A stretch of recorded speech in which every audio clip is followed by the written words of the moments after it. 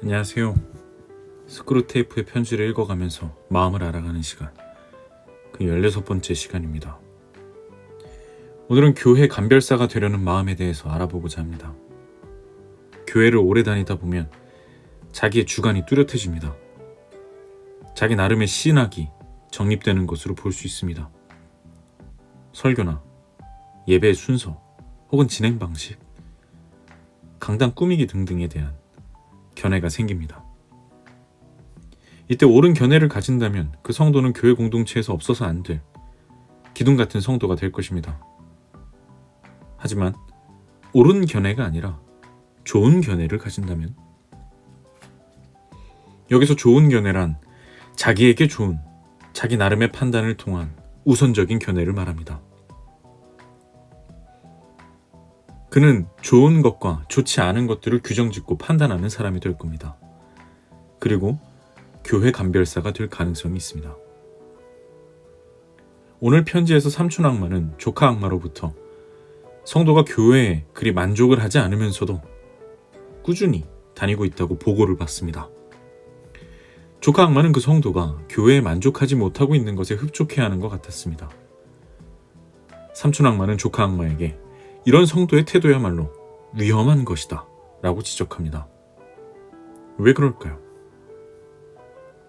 성도가 배우려는 자세를 가졌기 때문입니다. 배우려는 자세가 있기 때문에 교회가 마음에 들지 않아도 꾸준히 나가는 것입니다. 여기서 배운다는 것은 무비판적으로 흡수하는 것을 뜻하지 않습니다. 옳지 않은 것들과 거짓된 것들을 배척합니다.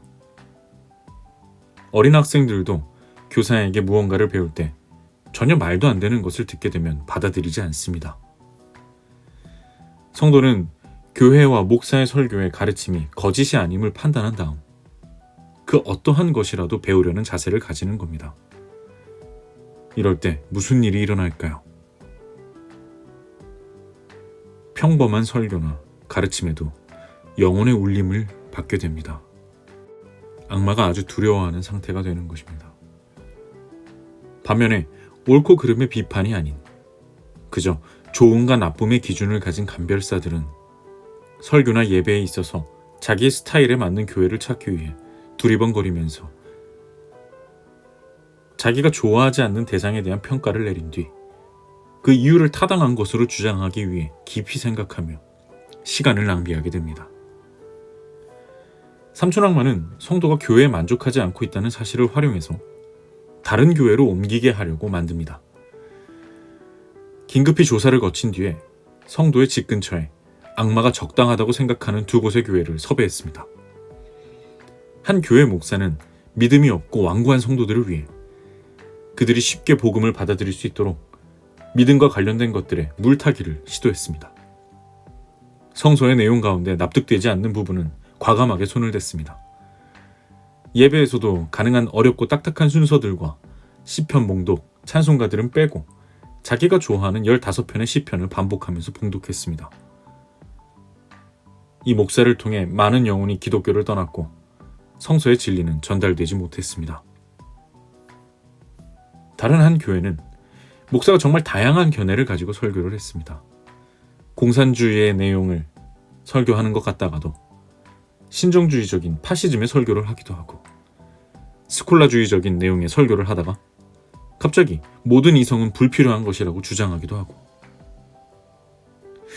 철학적인 설교를 즐기는 사람이라면 흥미를 보일 것 같았습니다.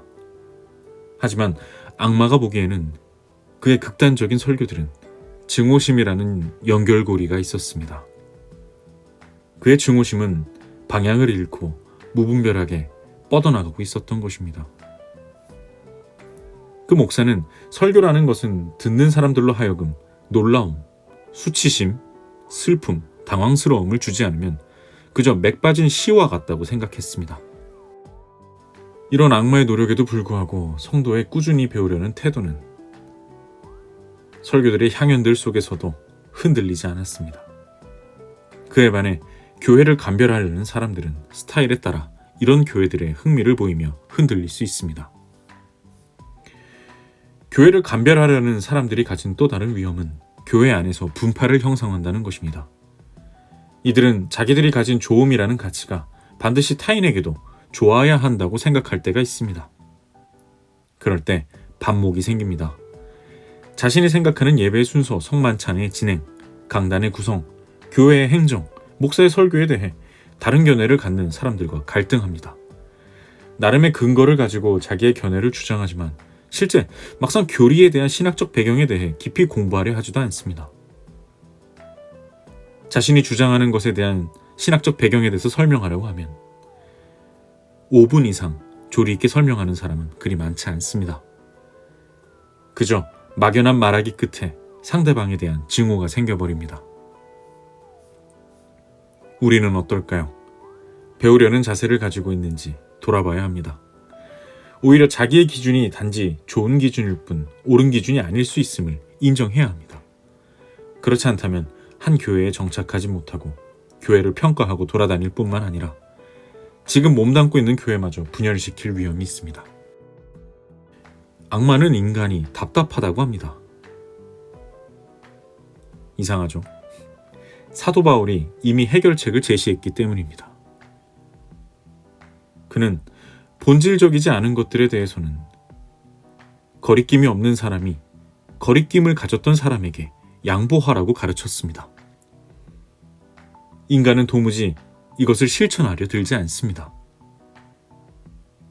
한편으로는 악마는 이런 인간의 무능함에 가슴을 쓸어내리기도 합니다. 만약 바울의 가르침대로 본질의 성도들이 집중해 하나가 됐다면 수많은 교회의 분열과 갈등은 흔적조차 찾아볼 수 없기 때문입니다. 다음 주에 뵙겠습니다.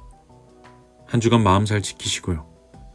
이 편지를 읽는 여러분은 악마가 거짓말쟁이임을 기억할 필요가 있습니다.